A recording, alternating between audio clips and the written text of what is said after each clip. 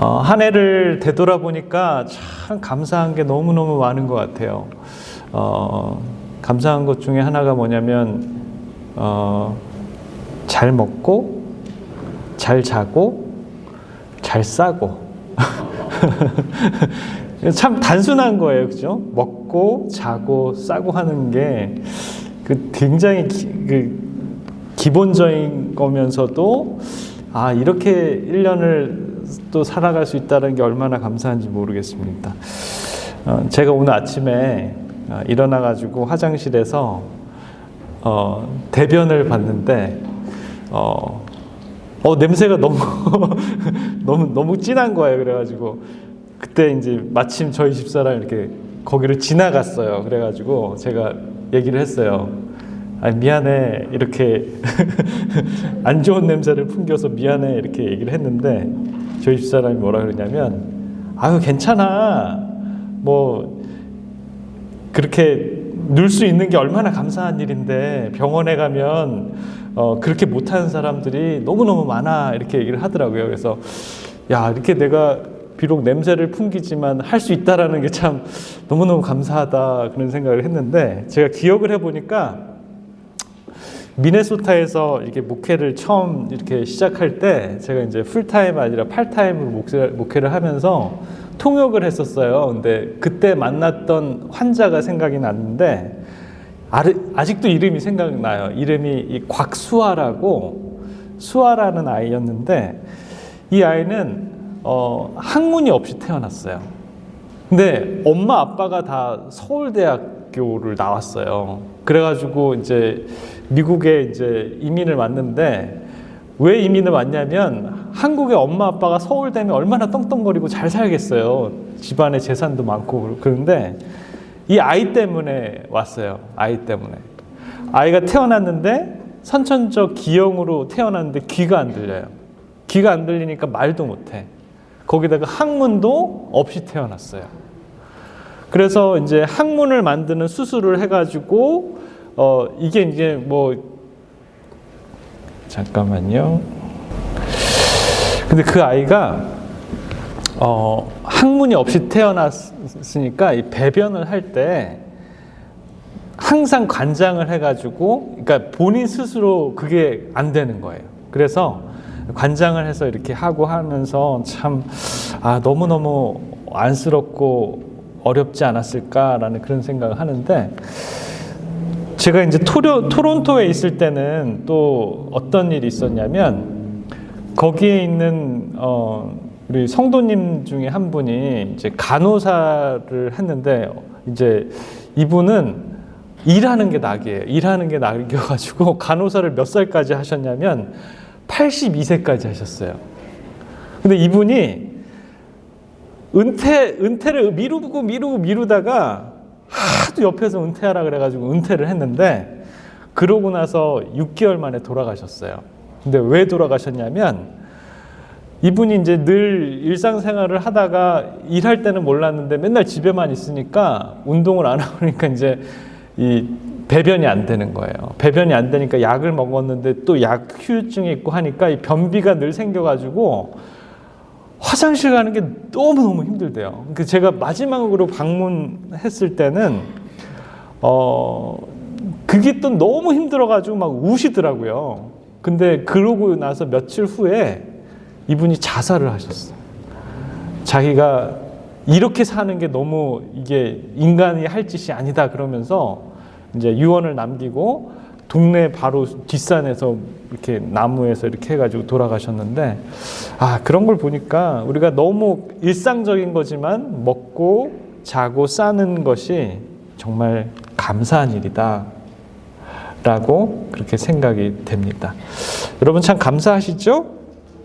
자, 오늘 본문의 말씀을 한번 읽겠습니다. 어리석은 자여, 오늘 밤에 내 영혼을 도로 찾으리니 그러면 내 예비한 것이 네 것이 되겠느냐 하셨으니, 자기를 위하여 재물을 쌓아두고 하나님께 대하여 부여치 못한 자가 이와 같으니라 라고 이렇게 말씀합니다.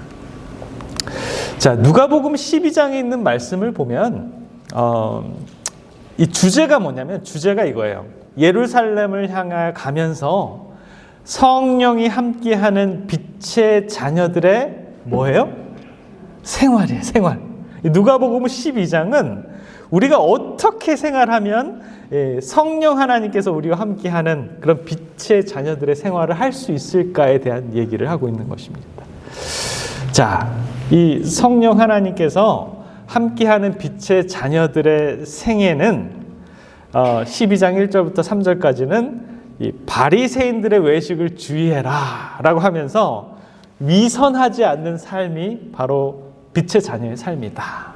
그리고 여호와 하나님을 두려워하는 그분이 우리를 사랑하신 것을 알고 인지하면서 여호와 하나님을 마땅히 두려워해야 할 자들의 삶, 그 삶이 바로 성령 하나님께서 함께하는 빛의 자녀들의 삶이다. 그리고 항상 성령 하나님의 지시를 따르면서 살아가야 된다라고 하고요. 그다음에 오늘 우리가 이제 배워야 하는 말씀이 이 재물의 주인이 누구인지를 아는 자가 바로 성령 하나님이 함께하는 빛의 자녀의 삶이다라는 것을 우리들에게 말씀합니다. 자, 오늘은 이 어리석은 부자의 비유가 나오는데요. 이 비유는 다른 복음서에는 나오지 않아요. 다른 복음서에서는 나오지 않고 오직 누가복음에만 기록되어 있습니다. 그런데 이 비유가 나오는 그 내용에 이 등장인물이 등장을 하는데 한 부자가 등장을 하는데 이 사람이 하나님 보시기에는 똑똑한 사람이에요? 어리석은 사람이에요? 어리석은 사람이다 라고 이렇게 얘기하면서 그러면서 이 부자가 자기 형제의 유산 배분 문제 때문에 그걸 가지고 예수님께 찾아오는 그러한 얘기를 하고 있습니다. 여기서 말씀하고자 하는 게 뭐냐면 재물과 탐심에 대한 이야기를 하고 있습니다. 그래서 그 랍비 예수에 보면 그 어리석은 부자의 문제는 뭐냐면 이기심이었다라고 이렇게 얘기를 합니다. 그래서 우리가 이 재물에 대한 거를 좀 생각을 해봐야 돼요. 여러분 돈 좋으세요? 싫으세요?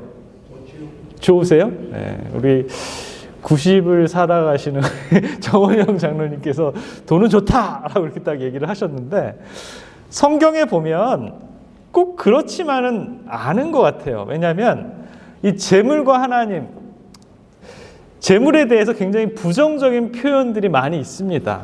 그리고 부자가 되면 하나님의 뜻대로 살지 않는다라는 그런 편견도 가지고 있어요. 그래서 마태복음 6장 24절에 보면 한 사람이 두 주인을 섬기지 못할 것이니 혹 이를 미워하고 저를 사랑하거나 혹 이를 중히 여기고 저를 경히 여김이라. 너희가 하나님과 재물을 겸하여 섬기지 못하느니라 라고 이렇게 얘기합니다. 자, 여기 우리 참여하신 우리 마리에타 믿음의 성도 여러분들은 하나님과 재물 중에 뭘 택하시겠습니까? 하나님 택하시겠습니까? 네, 그게 이제 정답입니다.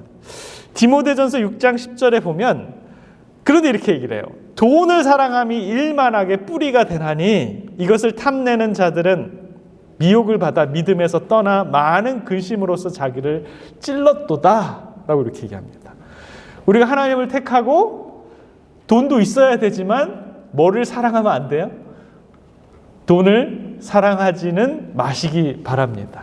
자, 야고보서 5장 1절부터 5절에 보면 들으라 부한자들아 너희에게 이 말 고생으로 말미암아 울고 통곡하라.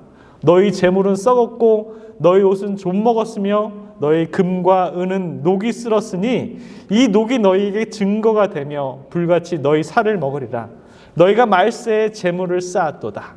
보라 너희 밭에서 추수한 품꾼에게 주지 아니한 싹시 소리 지르며 그 추수한 자의 우는 소리가 만군의 주의 귀에 들리리니라. 너희가 땅에서 사치하고 방종하여 사륙의 날에 너희 마음을 살찌게 하였도다 라고 하면서 이 말씀을 보면 뭐 이렇게 돈을 좀 저축하고 마련해 놓고 뭐 이런 사람들은 굉장히 좋은 사람이에요, 나쁜 사람이에요? 나쁜 사람 취급을 좀 합니다.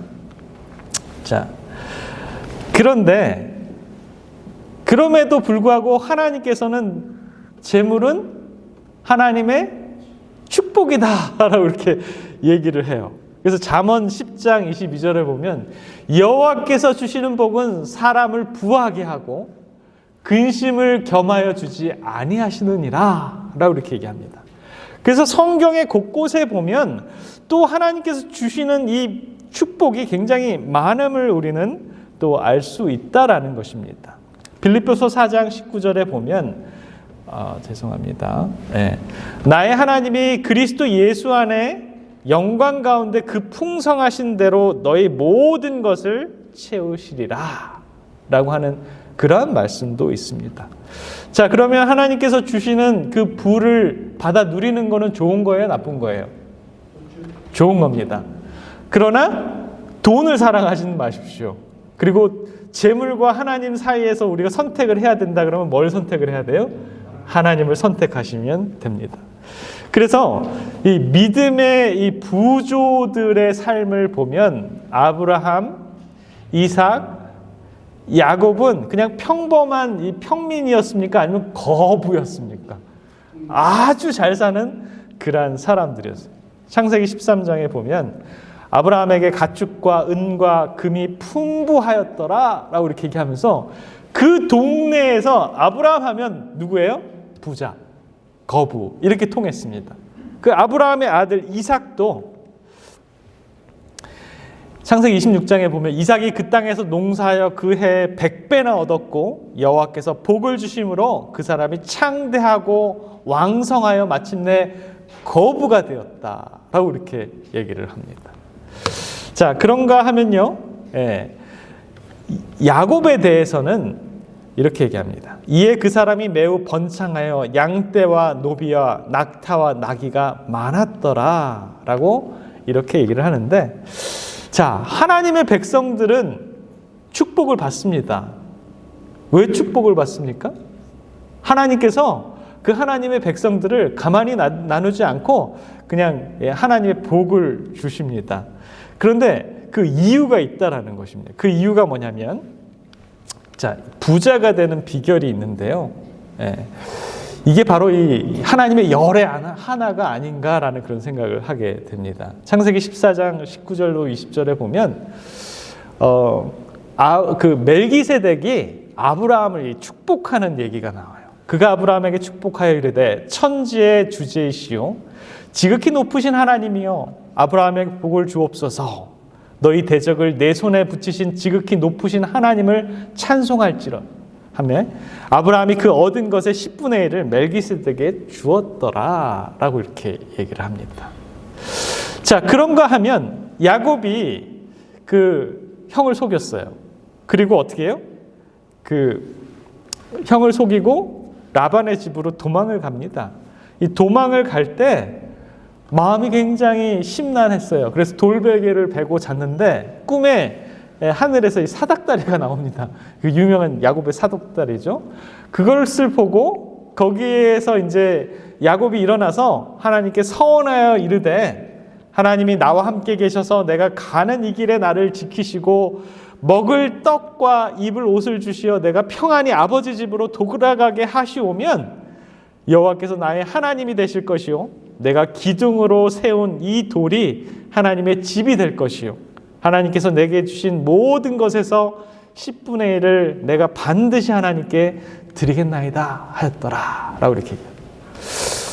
제가 어렸을 때 이 구절을 읽었어요. 제가 이제 대학교를 졸업하기 전에 저희 집사람을 만나는 바람에 너무너무 결혼이 하고 싶어가지고 저희 집사람이랑 결혼을 했어요. 아무것도 없이. 정말 가진 거는 저희 부모님이 아직도 얘기를 해요. 넌 가진 것도 없는데 어떻게 그렇게 결혼을 할 수가 있냐. 그래서 아무것도 없이 결혼을 했어요. 저보다는 우리 집사람이 조금 더 가진 게 많았어요. 우리 집사람은 전셋집이 있었어요. 그래가지고 제가 이제 결혼을 하고 저희 집사람 집에 얹혀 살았습니다. 한 6개월을 얹혀 살았는데, 왜냐하면 저희 집 그렇게 살려고 싶어서 한 게 아니라 제가 먼저 졸업을 하고 저희 집사람이 아직 졸업을 못했어. 그래서 이제 저희 집사람 집에서 이제 얹혀 살면서 제가 이제 가장 노릇을 해야 돼요. 근데 저는 수중에 돈이 한 푼도 없었어요. 그래가지고 저도 이제 야곱처럼 이렇게 서원의 기도를 드렸습니다. 하나님께서 저희 집사람을 만나서 결혼을 하게 해주셨는데 이제 앞일을 책임지십시오. 일은 누가 저질러 놓고 일은 제가 저질러 놓고 책임은 누구한테 지라 그래요? 하나님이 다 지십시오 이렇게 얘기했어요. 그 대신에 제가 이제 야곱처럼 서원의 기도를 했어요. 제가 번 것에 10분의 1은 꼭 하나님께 드리겠습니다. 1전도 안 빼고 정확하게 드리겠습니다. 저는 이제 이 말을 믿고 이제 결혼하고 난 다음에 신혼여행 갔다 온 다음에 신혼여행 되게 거나하게 갔다 왔어요. 유럽으로 배낭여행 2달을 갔다 왔어요. 그 돈은 어디서 나온 출처인지는 제가 나중에 말씀드리겠습니다. 자, 그래가지고 아무것도 없는데 하나님께 서원 기도하고 10분의 1을 하나님께 드린다고 하고 이제 직장을 이제 나섰어요. 근데 제가 이 6개월 동안 이제 여기서 머물면서 이제 돈을 벌어야 되는데 뭘 할 수 있을까? 그 당시에 편의점에서 아르바이트를 하면 1,000원에서 1,300원을 주던 때였어요. 26년 전에. 근데 그래서 제가 이제 대학을 나왔으니까 뭐 과외를 좀 해야 되지 않을까라고 생각을 해가지고 이제 과외자를 좀 알아보는데 이게 좀 쉽지가 않아요. 왜냐면은 제가 이제 딱 6개월만 하고 이제 끝나고 저기 다른 거 계획이 있었기 때문에 6개월만 하자니 이게 이제 그 과외 자리는 좀 있는데 이게 좀 그 적당한 그 좀 양심에 좀 찔려가지고 그거는 좀 안 되겠다. 그래가지고 이제 학원을 막 이렇게 돌아다니다가 이거 포기하고 내가 이제 뭐 막노동을 하든지 뭐 잠깐 해가지고 이제 하는 것들을 좀 해야겠다 싶어가지고 이제 일자리를 구해 나섰어요. 저희 집사람은 그냥 학교 다니고 제가 뭘 하는지도 몰라. 근데 어느 날 제가 이제 일자리를 오늘 꼭 구해야지 기도를 하고 이제 아침에 나갔는데 대학교 게시판에 일자리가 딱 붙어 있는 거예요. 여러 개 붙어 있는 것도 아니라 딱 하나 붙어 있었어요. 그게 뭐냐면 한국 리서치에서 뭐 조사를 하고 다니는 거예요. 그러니까 예를 들면 뭐 하는 거냐면 이제 웹판원처럼 이렇게 돌아다니면서 잘하면 돈을 많이 받고 잘못하면 꽝이고 뭐 이런 짭이에요. 그래가지고 제가 이제 하나밖에 없으니 어떻게 이것도 기도의 응답인가 보다 생각해가지고 찾아갔더니 그 사람이 뭐라 그러냐면 이거는 순전히 양훈종 씨가 일한 만큼 벌어오는 겁니다 라고 이렇게 얘기하면서 이 종이를 한 장 줘요. 종이를 한 장 주고 큰 지도를 한 장 줘요.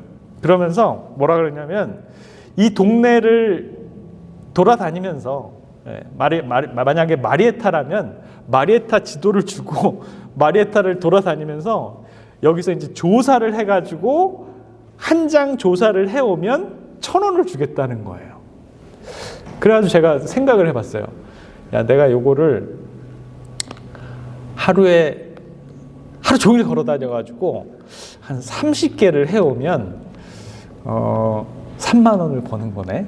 그러면 하루에 3만 원을 벌면 안식일 빼고 한 25일 생각하면 25 곱하기 3만 원 하면 얼마예요? 75만 원 돼요?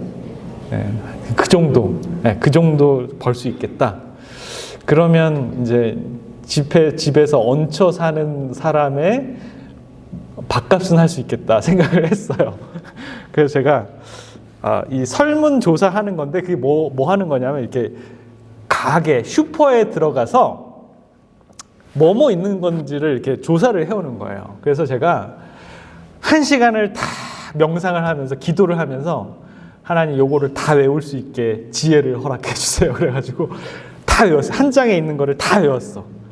그리고 또 기도를 했어요. 하나님 저에게 매의 눈을 주셔가지고 슈퍼에 들어가면 내가 외운 것들을 탁탁탁탁 이렇게 외울 수 있게 해주세요. 그래 그거를 이제 딱 했어요. 그래가지고 한 슈퍼에 들어가면 5분 만에 매의 눈을 가지고 쫙 스캔을 해가지고 뭐가 있는 것들을 머리에 다 외운 다음에 딱 나오자마자 딱 체크를 하면은 그게 이제 1,000원이 되는 거예요. 근데 제가 이제 그거를 첫날 하니까 이게 다리도 아프고 이 머리 외울 것도 있고 막 이러니까 많이 못했어요. 그래서 한 20장? 한 2만 원 정도를 이제 벌었어. 근데 이제 그 다음 날부터 이제 발동에 걸려가지고 제가 많이 한 날은요 100개를 했어요. 100개를. 근데 이제 한국 리서치에서 젊은 사람들이 이런 거 하는 거 되게 싫어해요. 왜냐면은 뭐 이렇게 가가지고 이거 부탁하고 조사하겠습니다 하고 이제 허락받고 해야 되는데 저는 그걸 안 하고 그냥 다 외우고 들어가지고 쭉 스캔 다 해가지고 나와가지고 이렇게 하니까 그렇게 할 필요도 없는 거예요. 근데 이제 이거를 보통 이제 대학생들이 아르바이트라고 해가지고 하다가 뭐 하루 이틀 하고 다 이제 중간에 이제 관둔대. 근데 양훈종 씨는 하는 걸 보니까 와, 이 사람이 이 능력이 있는 거야. 그러면서 저한테 그 처음에는 이 몇 동을 주더니 이제는 이 시 전체를 다 주는 거예요, 저한테. 그래가지고 제가 한 달을 해가지고 11금을 그때 얼마를 냈냐면 그때 이제 대기업 초봉이 250만 원 받았을 때예요. 대기업으로 이제 인턴으로 해가지고 들어가서 초봉이 250만 원을 받았는데 저는 그때 한 달에 11금을 50만 원 이상을 탁 냈어요.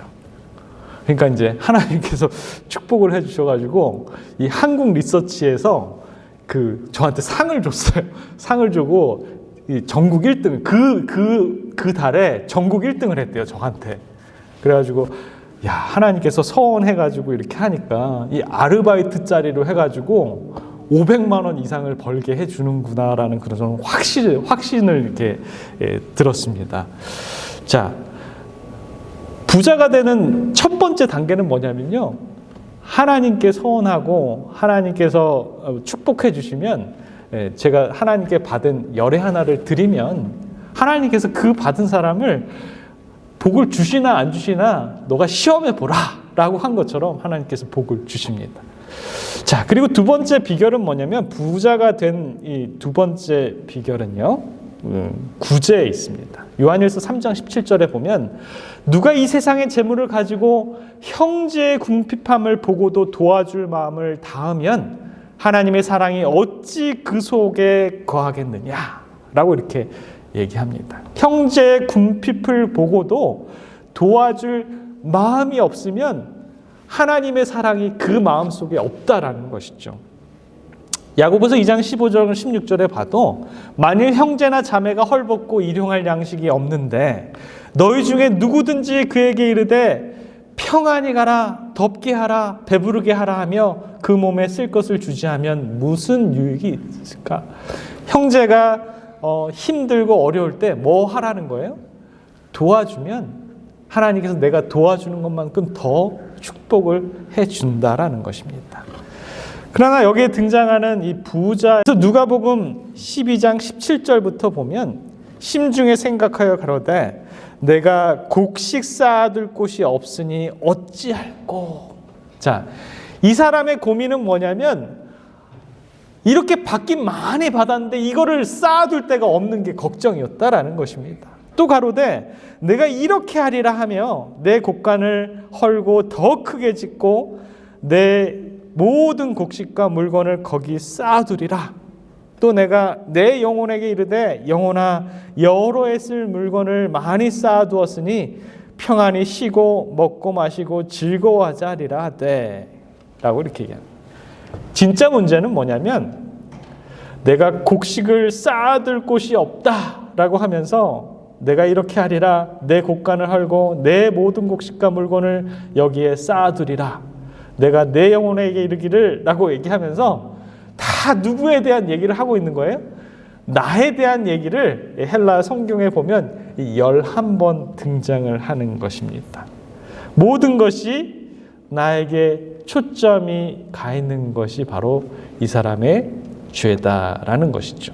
자, 이 사람을 보고 하나님은 어떻게 얘기를 하냐면 어리석은 사람이다라고 이렇게 얘기를 합니다.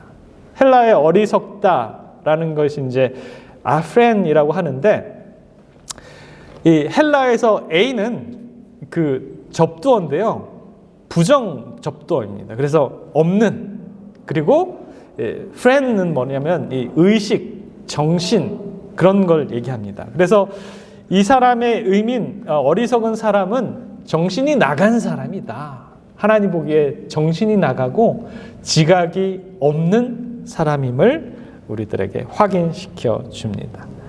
그래서 그가 정신이 나간 이유는 뭐냐면 15절에 보면 자신의 생명을 어디에다 두고 있다라는 것이죠. 자기 모든 관심사를 이 재물에 관심을 두고 있었다라고 이렇게 얘기합니다.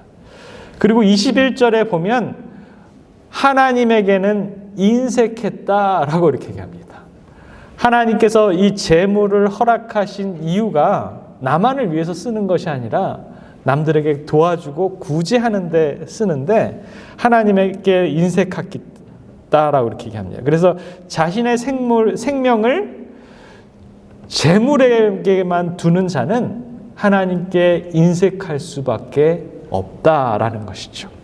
자, 저와 여러분들이 이 재물 얻을 능력을 얻었는데 이 재물 얻을 능력을 누구한테만 사용을 한다? 나한테만 사용을 한다 그러면 하나님께서 보시기에는 이 사람은 정신 나간 사람, 그리고 어리석은 사람이다 라고 이렇게 얘기하고 있다라는 것입니다. 그래서 랍비에서 220페이지에 보면 이 사람의 목적은 도살될 짐승의 삶의 목적보다 나은 것이 없었다라고 이렇게 도살장으로 끌려가는 소나 돼지를 보는 거 참 안 됐죠. 근데 이 사람의 목적은 도살될 짐승의 삶의 목적보다 나은 게 있어요, 없어요? 나은 게 전혀 없다라는 것입니다. 그는 마치 하나님도 없고 천국도 없고 내세도 없는 것처럼 살았고 그가 소유한 모든 것은 다 자기의 것이며 하나님께나 사람에게 아무런 빚도 지지 않는 것처럼 생각했다라고 이렇게 얘기합니다. 자, 랍비에수에서 얘기하고 있는 이 부분을 좀 생각을 해보면요, 우리가 받은 하나님의 이 재물은요 우리 것이 아니라 누구 거예요? 하나님 것이다라는 것입니다. 그래서 우리가 받은 것 중에 일부는 하나님께 돌려드리고 또 어떤 부분들은 또 이웃을 위해서 빚진 자처럼 사랑을 나눠줄 필요가 있다라는 것으로 우리는 해석을 해야 됩니다. 랍비에서 221페이지에 보면 자신을 위하여 사는 것은 곧 죽는 것이다. 탐욕, 곧 자신만을 이롭게 하려는 욕망은 영혼을 생명에서 끊어버린다. 자기가 가지려고 하고 자기 앞으로 끌어들이려고 하는 정신은 바로 사단의 정신이다 라고 이렇게 얘기를 합니다. 한 부동산 투자자가 있었습니다. 그는 자신의 모든 것들을 다 어디에다 투자를 했어요? 부동산에다가 투자를 했어요. 그래서 가격 상승을 예측해서 많은 돈을 투자했고 또 단기간에 큰 성공을 거두게 됩니다. 하지만 이 욕심이 너무 많아가지고 더 큰 이익을 기대하기 위해서 막 돈을 아주 무리하게 대출을 많이 했다라는 것입니다. 근데 결국에는 이제 경제적인 위기가 닥치자 그 모든 재산을 잃고 빚더미에 앉게 되었습니다. 한순간에 이 모든 것을 잃어버리게 되니까 이 사람이 너무 삶이 허망하고 깊은 절망감에 빠지게 되었습니다. 그래서 자살까지 생각을 하고 이제 자살하려고 이제 실행에 옮기기만 하면 그런 되는 단계에 이르렀어요. 그때 한 친구가 이렇게 찾아오면서 얘기를 합니다. 너가 잃은 것은 재물이지만 하나님은 너를 버리지 않았어. 그러면서 이 친구를 자살하게 하는 것들을 말려가지고 이 친구를 교회에 인도했습니다. 친구가 교회로 초대해서 그 하나님을 만나고 예배를 드리는 중에 하나님의 사랑을 경험하고 다시 희망을 얻게 되었습니다. 그때 그는 이렇게 고백을 합니다. 내가 재산을 모두 잃지 않았다면 하나님을 찾지 않았을 것입니다. 내가 잃은 것은 돈이지만 얻은 것은 영원한 생명입니다. 라고 이렇게 얘기합니다. 재물을 잃었지만 그는 그보다 더 귀한 하나님의 관계를 회복했고 진정한 부를 발견하게 되었습니다. 그 부동산 투자자는 하나님을 만난 후에 삶의 우선순위가 바뀌게 되었습니다. 그는 빛을 갖기 위해서 작은 일부터 시작했고요. 옛날에는 이 빛을 많이 대출을 통해서 무리한 투자를 하면서 그렇게 했는데 그는 정신을 차리고 정직하고 성실하게 사업을 운영해서 정말 시간이 흘러서 예전보다도 더 많은 것들을 갖게 되었습니다. 그는 어려운 시절 다른 사람들의 도움을 받아서 경험을 바탕으로 자신의 사업이 조금씩 회복되자 하나님께서 그에게 맡겨주신 이웃들을 살펴보기 시작했습니다. 소외된 이웃과 빚에 시달리는 사람들을 돕기 시작했어요. 자신의 경험한 실패와 회복의 이야기를 나누면서 많은 사람들에게 진정한 성공과 하나님의 관계 속에서 그 말씀을 나누면서 살아갔는데 그 사람이 누군지 아시나요? 데이비드 램지라는 사람입니다.